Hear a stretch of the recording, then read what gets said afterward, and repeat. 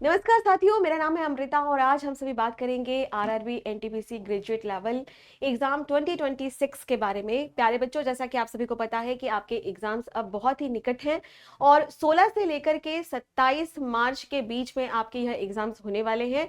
इसके बारे में लास्ट मिनट आप किन किन चीज़ों का ध्यान रखेंगे, क्या क्या हमारी तरफ से गोल्डन टिप्स रहेंगे, उनके बारे में हम बात करेंगे। और साथ में ही जो बच्चे नए हैं उनको मैं बता देती हूँ कि जो हमारा यह एग्जाम होता है वह किस तरीके का होता है, किस तरह का पैटर्न होता है। जो बच्चे 16 तारीख को एग्जाम देने जा रहे हैं या उसके बाद, उनको भी यहाँ पर कुछ बातों का ध्यान रखना पड़ेगा। और एक बार फिर से हम पूरी की पूरी चर्चा करेंगे कि ये जो एग्जाम है वह किस तरीके का होगा और एक कंप्लीट गाइडेंस के तौर पर आप इस वीडियो को जरूर पूरा देखिएगा। तो चलिए शुरू करते हैं। सबसे पहले हम जब एनटीपीसी के बारे में बात करते हैं तो पहली बात आरआरबी की तरफ से यह कराया जाता है, ठीक है। और यहाँ पर हम ग्रेजुएट लेवल के बारे में बात करेंगे CN 06/2025 का जो नोटिफिकेशन निकला था उस आधार पर। और एग्जाम की अगर हम बात करते हैं तो सबसे पहले CBT 1 के बारे में बातचीत होगी, जहां पर CBT 1 में आप देखेंगे कि लगभग 100 क्वेश्चंस आप लोग के यहाँ पर आते हैं और 100 मार्क्स के यह होते हैं। इसके लिए जो समय आप लोगों को मिलता है वह 90 मिनट का समय आप लोगों को मिलता है। लेकिन अगर आपको यहाँ पर कोई डिसेबिलिटी है, जो कि रजिस्टर्ड डिसेबिलिटी है, तो उसके लिए फिर आपको यहाँ पर अतिरिक्त समय मिलेगा। 120 मिनट का समय आपको यहाँ पर मिलेगा। क्या इस पे नेगेटिव मार्किंग होती है? हाँ बिल्कुल, यहाँ पर नेगेटिव मार्किंग होती है। 1/3 नेगेटिव मार्किंग यहाँ पर होती है। तो आप देखेंगे कि 1/3 नेगेटिव मार्किंग यहाँ पर है। तो इसीलिए बहुत सोच समझ करके आप सभी यहाँ पर आंसर करेंगे। जो आपको नहीं आता उसमें तुक्केबाजी करने की आपको आवश्यकता नहीं है। आप ध्यान रखेंगे कि नेगेटिव मार्किंग है, ठीक है। सब्जेक्ट्स की अगर हम यहाँ पर बात करते हैं तो जनरल अवेयरनेस यानी कि जो हमारा जीके जीएस वाला जो पोर्शन होता है वो बहुत इंपॉर्टेंट है। सबसे अधिक जो वेटेज होता है वो इसी का ही होता है। और आप देख सकते हैं कि 40 नंबर आपके यहाँ से बनते हैं। इसके बाद आता है मैथ्स। मैथ्स की अगर आप बात करो तो 30 नंबर आपके यहाँ पे आते हैं।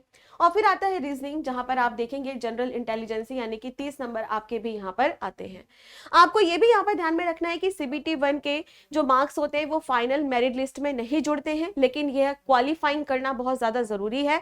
तो इसीलिए CBT 1 बहुत इंपॉर्टेंट है। अगर आप इसे क्वालिफाई करेंगे तभी आप यहाँ पर CBT 2 देख पाएंगे।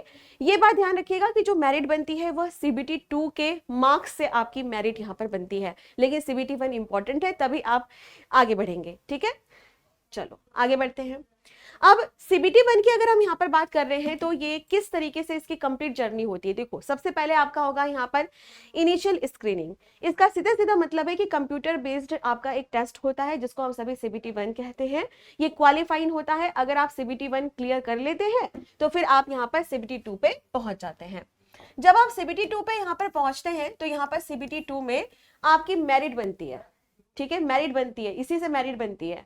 फिर उसके बाद आपका स्किल और एप्टीट्यूड टेस्ट यहाँ पर होता है, ठीक है। और ऐसे बच्चे जो स्पेशल कुछ पोस्टिंग के लिए टाइपिंग वगैरह का एग्जाम होता है वो भी यहाँ पर होता है। देन उसके बाद आपका आता है यहाँ पर डॉक्यूमेंट वेरिफिकेशन। आपको प्रॉपर अपने डॉक्यूमेंट्स वगैरह ले जाकर के सबमिट करने होते हैं जो आपके नोटिफिकेशन में दिया हुआ है। और सबसे लास्ट में आता है यहाँ पर मेडिकल एग्जामिनेशन। तो आप देख सकते हैं सबसे पहले CBT 1, CBT 2, फिर स्किल एप्टीट्यूड टेस्ट होगा आपका, जिसके अंदर आप सभी देखेंगे कंप्यूटर बेस्ड एप्टीट्यूड टेस्ट, जिसको हम CBAT के नाम से जानते हैं। या फिर आप स्पेशल पोस्ट के लिए अगर आपने फॉर्म भरा है तो टिपिकल जो टाइपिंग स्किल टेस्ट होता है वो भी यहाँ पर आपका होगा, ठीक है। चलो आगे बढ़ते हैं, यहाँ पर नेक्स्ट पॉइंट की तरफ चलते हैं। अब हमसे बात करते हैं कि जब CBT 1 के बारे में बात करते हैं तो यह किस तरीके से है। CBT 1 में सबसे पहले स्क्रीनिंग टेस्ट होगा जिसमें 100 क्वेश्चंस आते हैं, 100 मार्क्स के होते हैं और 90 मिनट का यह होता है, ठीक है। आपको ये भी यहाँ पर ध्यान में रखना पड़ेगा कि यहाँ पे जितने भी बच्चे होंगे ना, तो वो CBT 2 के लिए लगभग 20 गुना ज्यादा बच्चे यहाँ पर शॉर्ट लिस्ट किए जाते हैं। तो जो कंपटीशन रहता है वो काफी तगड़ा रहता है। फिर CBT 2 की अगर हम यहाँ पर बात करते हैं तो 120 क्वेश्चंस रहते हैं, 120 मार्क्स के होते हैं और 90 मिनट आपको मिलते हैं और यहीं से फाइनल मेरिट लिस्ट आपकी तय होती है। इसके बाद स्टेज 3 जो आपका यहाँ पर आता है, इसमें हम सभी बात करेंगे CBA या TST के बारे में। ये स्पेसिफिक पोस्ट के लिए एप्लीकेबल होता है जिसमें आपको टाइपिंग स्किल टेस्ट वगैरह देना पड़ता है। साथ में आपको ये भी ध्यान में रखना है कि जब आप सीबीटी 1 दे रहे हैं तो इसमें जैसे अगर आप अंडर रिजर्वेशन हैं, ईडब्ल्यूएस हैं तो आपके 40% मार्क्स आने चाहिए, ओबीसी हैं, नॉन क्रीमी लेयर के हैं तो 30% आने चाहिए, एससी के हैं तो 30% हो गया, और एसटी हैं तो 25% यहाँ पर हो गया। सीबीटी 2 की अगर आप यहाँ पर बात करते हो तो यहाँ पर जो एग्जाम है वो मल्टीपल शिफ्ट में होती है, मार्क्स नॉर्मलाइज किए जाते हैं। खैर ये सीबीटी 1 और सीबीटी 2 दोनों के लिए लागू होता है। और सबसे लास्ट में जब आता है यहाँ पे हमारा डॉक्यूमेंट वेरिफिकेशन, तो इसकी अगर हम बात करें तो इसमें मेडिकल एग्जाम्स और डीवी लगाया जाता है। ठीक है, अब आगे बढ़ते हैं यहाँ पर नेक्स्ट पॉइंट की तरफ। अब हम बात करते हैं कि स्मार्ट रिवीजन प्लान क्या है। अब जैसे लास्ट मिनट में आप क्या क्या अपनी स्ट्रेटेजी रख सकते हैं सीबीटी 1 के लिए। सबसे पहले करंट अफेयर बहुत इंपॉर्टेंट है। अभी हाल ही में जितने भी एग्जाम्स आपके आरआरबी की तरफ से हुए हैं वहां पर आप सभी देखेंगे कि करंट अफेयर्स के ऊपर सबसे ज्यादा क्वेश्चन आए हैं, करंट अफेयर्स और साइंस के ऊपर। तो करंट अफेयर्स में जो आपके नेशनल इंटरनेशनल इवेंट्स वगैरह हैं जो भी आपके, उसमें से 10 से 12 क्वेश्चंस आपके आते ही आते हैं। तो इस बार भी हम ये मान के चल रहे हैं कि 10 से 12 क्वेश्चंस आप लोग के यहाँ पर आएंगे करंट अफेयर्स के, और लास्ट 6 महीने का जो करंट अफेयर है वो आपको बिल्कुल घोट के पी लेना है। ठीक है, नेक्स्ट है मैथ्स की। अगर हम यहाँ पर बात करते हैं, मैथ्स में आपका नंबर सिस्टम हो गया, परसेंटेज हो गया, है ना, एसआई, सीआई, रेशो, स्पीड, इन सब का अगर आप टाइम, स्पीड, फॉर्मूला, इन सब का फॉर्मूला, शॉर्टकट वगैरह जो होते हैं आपके, वो उनको आप रिवाइज करिए यहाँ पर।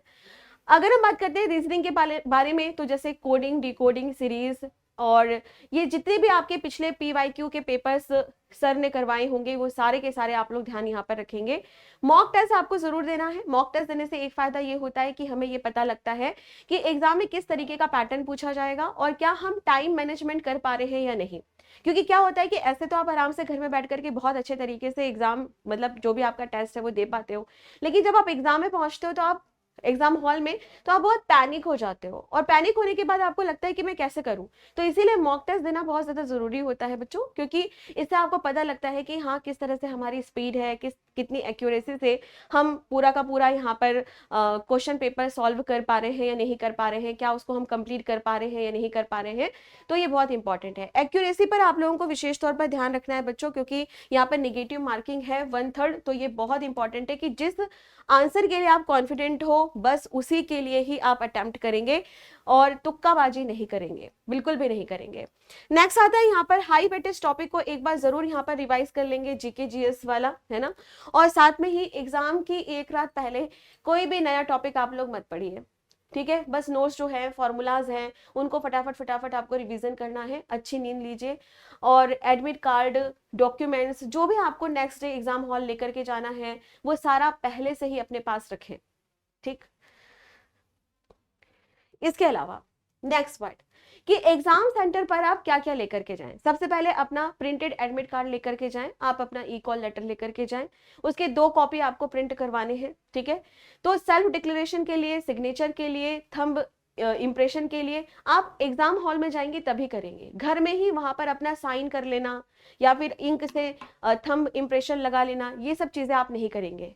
ठीक है, तो जो वहां पे पर्यवेक्षक रहता है, जो यहाँ वहां पर इनविजिलेटर रहता है, उसी के सामने ही आप करेंगे जब वो बोलेगा। ठीक, आधार कार्ड ले जाना अनिवार्य है। अपना ओरिजिनल जो आधार कार्ड होता है, आपकी हार्ड कॉपी, उसको लेकर के यहाँ पर जाना है, क्योंकि बायोमेट्रिक के लिए बहुत ज्यादा वह जरूरी है। ठीक है, इसके अलावा आधार कार्ड अगर नहीं है तो आपको एंट्री नहीं मिलेगी। ठीक, ई आधार कार्ड ले जा सकते हैं क्या, तो उसका जो प्रिंट आउट होता है वो भी चलेगा, लेकिन आप फोटो कॉपी नहीं ले जा सकते, उसका स्कैनिंग कॉपी नहीं ले जा सकते, आप प्रॉपर उसका प्रिंट आउट निकलवाइए। ठीक है, इसके अलावा जो आधार बायोमेट्रिक लॉक होता है, जिसे हम UIDAI सिस्टम कहते हैं, उसमें आप अनलॉक रखिएगा उसे। नेक्स्ट आता है यहाँ पर फोटो। फोटो जो होता है या वैलिड फोटो आईडी होती है वो आपको लेके जाना है। Voter ID, PAN card, driving license, Aadhaar card, passport हो गया, या फिर गवर्नमेंट एम्प्लॉय आईडी, जो भी आपकी आईडी वगैरह है वो ओरिजिनल आईडी आप इनमें से कोई भी एक लेकर के जा सकते हैं। पासपोर्ट साइज की फोटो आप लेकर के चाहिए, 2 इमरजेंसी के लिए। ठीक है, कभी कभी दिक्कत होती है कि फोटो में मिलान करने में प्रॉब्लम होती है, और वही फोटो लेकर के जाना है जिसमें जो एप्लीकेशन में लगाई थी आपने, है ना। ऐसा नहीं है कि हाँ मैं इसमें साइड में सेल्फी में अच्छा लग रहा हूं तो मैं सेल्फी वाली फोटो लेके चला जाता हूँ, तो ऐसा नहीं करना है। वही फोटो लेकर के जाना है अपना जो आपके एप्लीकेशन फॉर्म में लगी हुई है। ठीक है, इसके अलावा गर्मियां बहुत बढ़ गई हैं बेटा, आप सभी अपना ध्यान रखेंगे, पानी की बोतल लेके जाएंगे। अब बहुत सारी जगह पे क्या करते हैं लोग कि पानी, प्रिंटेड पानी की बोतल लेके चले जाते हैं, ऐसा मत करना, ट्रांसपेरेंट पानी की बोतल लेकर के जाइए, वो अलाउड है बिल्कुल। पेन आप लेकर के जाइए, नॉर्मली जो आपका बॉल पॉइंट पेन होता है वो सिग्नेचर के रखिए, ब्लैक कलर का, ब्लू कलर का। चलो, और क्या नहीं करना है, ये बहुत इंपॉर्टेंट है, और क्या नहीं करना है, मोबाइल फोन लेके नहीं जाना है, ठीक है, कोई भी स्मार्टफोन, कीपैड कुछ भी लेकर के नहीं जाना है, और कोई भी घड़ी आपको पहन के नहीं जानी है, चाहे वो कोई सी भी घड़ी हो भाई, चाहे वो स्मार्ट वॉच हो, चाहे वो डायल वाली हो, डिजिटल वाली हो, नहीं, आपको नहीं पहन के लेके जाना है। कोई भी कैलकुलेटर लेकर के मत जाइए, कोई भी इलेक्ट्रॉनिक डिवाइस लेकर के मत जाइए, ब्लूटूथ, ईयरफोन वगैरह कुछ भी लेकर के मत जाइए। सेल्फ स्टडी के लिए आप जो भी लेके जाते हैं, जो भी आपका एग्जाम सेंटर होगा उसके बाहर, उसके अंदर लेकर के आपको कुछ भी लेके नहीं जाना है, यहाँ तक कि ब्लैंक पेपर भी आपको लेकर के नहीं जाना है। तो जैसे कुछ बच्चे बोलते हैं कि मैम रफ किस में करेंगे, हमें रफ प्रैक्टिस के लिए चाहिए होगा, तो वहां पर जो पर्यवेक्षक रहेगा, है ना, जो मतलब आपकी सहायता के लिए वहां पर है, वो आपको प्रॉपर ब्लैंक पेपर देगा जिसमें आप सभी यहाँ पर रफ कार्य कर सकते हैं। इसके अलावा ड्रेस कोड की अगर हम बात करें तो ड्रेस कोड वैसे डिसाइडेड तो नहीं है, लेकिन ड्रेस मैं आपको बता देती हूँ, बिल्कुल नॉर्मल प्लेन कपड़ा पहन के जाइए, नॉर्मल सी टी शर्ट, नॉर्मल सा जींस, नॉर्मल सी टी शर्ट, शूज पहन के मत जाइएगा, नॉर्मली आप स्लीपर पहन के जाइए, कोई दिक्कत नहीं है। अब गर्मियां ऑलमोस्ट आ चुकी हैं तो ऐसी कोई परेशानी वाली बात नहीं है। हुडेड कपड़े नहीं पहनना है, बहुत लेयरिंग वाले कपड़े नहीं पहनना है, चाहे गर्ल्स हो चाहे बॉयज हो। गर्ल्स नॉर्मली सिंपल कॉटन का कुर्ता पहन लीजिए, नॉर्मल जींस पहन लीजिए, पजामा कुर्ता पहन लीजिए, सिंपल, है ना। दुपट्टा वुपट्टा के ज्यादा चक्कर में मत रहिएगा, दुपट्टा अगर लेके जा रहे हैं तो बहुत कॉटन सिंपल सा दुपट्टा, ठीक है। और क्यों, और जिसमें झालर वालर कांच की एम्ब्रॉयडरी है, ये सब मत पहन के जाइएगा। देखो, मनाही किसी चीज की नहीं है, लेकिन हो सकता है कि वहां पर आपकी जांच की जा रही है, बार बार आपको उठाया जा रहा है, बार बार आपकी चेकिंग की जा रही है, आपका बहुत ज्यादा टाइम वहां पर वेस्ट होता है, आप वैसे ही परेशान हो क्योंकि आप एग्जाम देने के लिए जा रहे हो, वैसे ही आपकी दिल की धड़कनें बढ़ी हुई हैं, और इन सब चीजों की वजह से आप और नर्वस होते हो, है ना। क्योंकि भाई सिंपल सी बात है, आप एग्जाम देने जा रहे हो वहां पर, तो बहुत सारी चीजों का आपको पहले से ही ध्यान रखना है और फालतू की चीजों को अवॉइड करना है, ठीक है।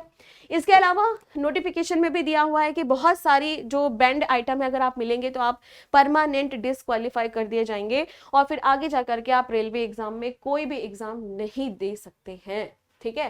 तो इसीलिए कोई भी ओवर स्मार्ट बनने की बिल्कुल जरूरत नहीं है बच्चों, है ना। सिंपल तरीके से जाइए, अपना बढ़िया से एग्जाम दीजिए, ठीक है। चेकलिस्ट एग्जाम डे की अगर हम देखें तो रिपोर्टिंग टाइम पे आपको पहुंचना है, जो भी आपका एग्जाम टाइम है उससे लगभग 1 घंटा पहले, 1.5 घंटा पहले वहां पे पहुंच जाइए, क्योंकि वहां पे पहुंचने के बाद भी क्या ना, बहुत भीड़ होती है, तो सेंटर में जाने में टाइम वैसे भी लग जाता है, कई बार एक जैसे ही स्कूल और कॉलेजेस के नाम होते हैं, तो प्रॉपर अच्छे से एड्रेस वेरीफाई करिए कि यही है ना मेरा सेंटर, ठीक है। दूसरी बात, यहाँ पर बायोमेट्रिक वेरिफिकेशन के लिए भी समय मतलब लगता है बहुत ज्यादा, डॉक्यूमेंट चेक होते हैं, सिक्योरिटी गार्ड जो होते हैं वो बार बार आपकी जांच करते हैं, तो सब चीज बहुत अच्छे से आसानी से हो जाए, इसीलिए आप यहाँ पर लगभग 1 से 2 घंटे पहले या 1.5 घंटे पहले आप वहां पर जाइए, ठीक है। मोस्ट इंपॉर्टेंट है आधार कार्ड बायोमेट्रिक। तो एग्जाम से पहले आपको क्या करना है कि जो यूडाई का ऐप है, वेबसाइट है, वहां पर जाकर अपना बायोमेट्रिक लॉक अनलॉक जरूर कर ले, और गेट पर फिंगरप्रिंट स्कैन जरूर होता है। फिर रफ शीट के नियम की अगर हम बात करें तो मैं आपको पहले ही बता चुकी हूँ कि जो इनविजिलेटर्स होते हैं वो रफ शीट देते हैं, उसी का ही यूज करें, और उसके बाद उसको घर नहीं लाना है, वहीं पर ही दे देना है उन्हें वापस, ठीक। आगे बढ़ते हैं। तो इतनी जो जानकारी मैंने आप लोग को दी है, उम्मीद करती हूँ कि आपको अच्छी लगी होगी, है ना, और आपको ज्यादा घबराने की जरूरत नहीं है। आपका जो एग्जाम है वो 16 से लेकर के 27 मार्च 2026 तक का है, तो अपनी मेहनत पर आपको भरोसा करना है। जो भी आपने मन में सोचा है कि किस तरीके से हम सारे नियम फॉलो करेंगे, स्ट्रेटजी फॉलो करेंगे, उस तरीके से अपनी स्ट्रेटजी को फॉलो करिए, दिमाग को शांत रखिएगा, है ना। बहुत ज्यादा हैवी खाना खा के नहीं जाना है आपको, हल्का नाश्ता करके जाना है आपको, ठीक है। परेशान ज्यादा नहीं होना है, अपने साथ पानी की बोतल लेके जाना है, लेकिन ट्रांसपेरेंट पानी की बोतल लेके जाना है। इसके अलावा यहाँ पर ये भी है कि अपना आधार कार्ड डाउनलोड जरूर कर लीजिएगा, आपको वेबसाइट वगैरह सारी चीजें यहाँ पर दी गई हैं, और अपना रजिस्ट्रेशन नंबर और डेट ऑफ बर्थ डालेंगे तो आसानी से आपको एडमिट कार्ड आपका दिख जाएगा। और नेक्स्ट जो पॉइंट आता है वो है कि सिटी इंटीमेशन स्लिप और एडमिट कार्ड दोनों अलग अलग डॉक्यूमेंट्स हैं, तो एग्जाम हॉल के लिए एडमिट कार्ड यानी कि ई कॉल लेटर लेकर के जाना बहुत ज्यादा जरूरी है। तो उम्मीद करती हूँ कि यह जानकारी आप लोगों को अच्छी लगी होगी और मेरे और खान ग्लोबल स्टडीज़ की तरफ से आप सभी को all the very best. God bless you all, love you all. अच्छे से एग्जाम दीजिएगा, बिल्कुल भी आपको घबराने की ज़रूरत नहीं है बच्चों। आपने जो भी अच्छे से तैयारी की है, आप निश्चित मानिए शांत तरीके से वहाँ पर एग्जाम दीजिएगा, बिना कुछ निगेटिव चीज़ें सोचे हुए कि बस मैं एग्जाम देने आया हूँ, मैं एग्जाम दूंगा, मैं सिलेक्शन लूंगा, मैं सिलेक्शन लूंगी। तो all the very best, thank you.